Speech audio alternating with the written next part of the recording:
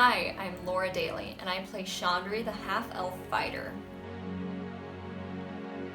So when I was creating Shandri, I was definitely drawn to the idea of a combat class before I was even considering her race.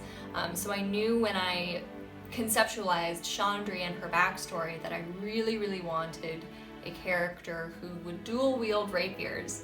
So historically speaking, this is a thing that actually exists. It's called case of rapier. So like you can have rapier and dagger or rapier and cape. When you have two rapiers, it's called case of rapier. And I knew that I really wanted to like dual wield swords. And I felt like it fit with her backstory and her history, where she came from before the adventure began. And so before I decided on a race, I decided on a fighting class. So I ended up making her a half-elf. I chose the race of half-elf for Shandri because I knew in her backstory that I was raised by a single mother. And so in order to kind of explore that dichotomy of being raised by a single mother that you love, and then also like having this like side of yourself that you don't really know much about, I knew I wanted to be half one thing and half another thing. And I really wanted to be half elf as opposed to like half orc or half tiefling or whatever. Mostly because I'm a big Lord of the Rings nerd and I loved Legolas when I was growing up. Allie and I have that in common. We both had big crushes on Legolas when we were kids. So I wanted to be an elf, and I liked the idea of being a half elf, of like having a part of yourself that you're still kind of discovering. And for Shandri, that half is her elven half because she doesn't have any elf family to lean on. I was, trying to decide, like, should I be like a rogue with a swashbuckler archetype, or should I be, what exact class should I be? And I ended up going with fighter because I felt like it just fit my vision the best. And ultimately I really wanted to just be able to like rush in guns blazing, and fighter for me served that purpose. This is where it gets fun because I love subclasses. I chose the subclass of Eldritch Knight for Shandri. So what that means is basically she's primarily a fighter who fights with weapons, her swords namely, Fortune and Valor, the two rapiers. But she also learns some supplementary spell casting, and so with the Eldritch Knight subclass, it's all abjuration and evocation, so meaning defense, abjuration, like shield, and evocation, so like creating elemental destruction, so like, thunder wave, firebolt, like that sort of stuff. And so I chose the subclass of Eldritch Knight mostly because I felt like, well, one, as a player, I really wanted to be able to explore spellcasting and sort of play with that, because like I love fighting, I love rushing in and like slicing people with my swords, but I wanted to have more versatility and more options.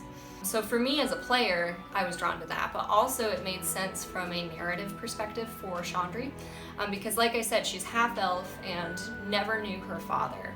And so for Shandri, learning magic is a sort of way of her like reclaiming her elven heritage on her own terms, because at least in the textbook, elves have like a long history of being magic users, and so since she never really had like a mentor to like guide her on that path, she's like, no, you know what, I am a half elf, this is something that I'd like to learn about myself. And so it's knowledge that she sought out on her own just by like reading in her own time to sort of forge a new path for herself, which I think is really fun. My fighting style as a fighter is two-weapon fighting, because that makes sense if you're going to be dual wielding. And a little side note for people who like to be rules police, Shandri has the two-weapon fighting style and the dual wielder feat. Jarrett, our dungeon master, has the optional rule of if you're a half elf, you can either choose a +2 charisma bonus, or you can take a feat. But for me, like when I was reading about half elves, one of the descriptors was like, oh, half-elves, since they're, you know, part one thing and part another thing, they're naturally negotiators, like they're mediators between communities. And I was like, Shandri is not a mediator, like she's not a negotiator. She's like, if we can't work it out, I'm just gonna start throwing punches. And so I felt like the +2 to charisma racial bonus didn't really make any sense for Shandri to begin with. And so Jarrett was like, well, because of your human blood, humans get the bonus of getting a feat when they create their characters. So you can have your human side be like more dominant and take an optional feat. So I have the dual wielder feat, which is awesome. Gives me a bonus to my AC, and I can dual wield weapons that are not light. So I love that. My advice for a new player that would be playing as a fighter.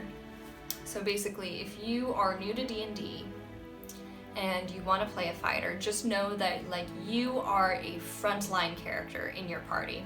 No matter how big your party is, whether it's like a party 4, party of 8, doesn't matter. Like as a fighter, you're pretty much always going to be on the front line, unless your specialty is ranged weapons like crossbow or whatever. That's a different story. But assuming you're a fighter who's fighting with a melee weapon, swords, axes, whatever, you're going to be a frontline fighter. And so anytime you're engaging with enemies, you need to make sure that you're thinking, first of all, like who needs to be engaged in melee to protect the other characters? And 2, how do you maximize your attack damage? Because pretty much every single turn you're going to be attacking. And so how do you maximize your damage? How do you maximize your chance of hitting? And so like whatever weapon you're best with, just like really dig into that and lean into it. And it's really fun because as a fighter, you can do a lot of damage all in one go, especially once when you get to level 5 and you get that second attack. It's good. You're gonna mess some people up. So a class that I would be interested in exploring in the future would be a spellcasting class. So fighters are super fun, but to an extent it's pretty much like, okay, I'm gonna go and I'm gonna hit it, and you just go and you hit it every single time. So it would be cool to play a spellcasting character. In the side quest that we did for Refuge, I was a cleric, and I really enjoyed being a cleric because the versatility of spells was really fun to play with. I also liked the idea of like having a relationship with a god that your magic derives from. That was super fun. So I would be interested in playing a cleric again. Or possibly I've been playing with the idea of playing a warlock in the future. Because again, there's that relationship with like another entity. Like if you're a cleric, it's a god. If you're a warlock, you're gonna have a relationship with your patron. And that dynamic to me is just so much fun to explore. And so playing a character that gets to use magic, has the like versatility of magic, while also like balancing their relationship with their patron, I think is super interesting, and I'd be interested to play it. So I haven't really had much experience with Dungeons and Dragons before Fables of Refuge, but as like a gamer, anytime I played an RPG type game like Skyrim, Oblivion, that sort of stuff, I used to always play as a rogue. I love sneaking around and like sneak and stab. And so it's kind of interesting that I like never really considered being a rogue. For this campaign, I was like, I just want to rush in. I just want to walk right up to them and hit them. A class that I find intimidating would be wizards. I think, as much as I think spellcasting is really interesting, the fact that wizards just have such massively long spell lists is really intimidating to me, because it's like you have to decide every single day what to prepare, and there's just like a lot of knowledge that you have to have. There's a lot of prep work that goes into it, like if you have flashcards that helps, but I don't know. If there's a class I'm intimidated by, it would be wizard, because it's just a massive volume of knowledge.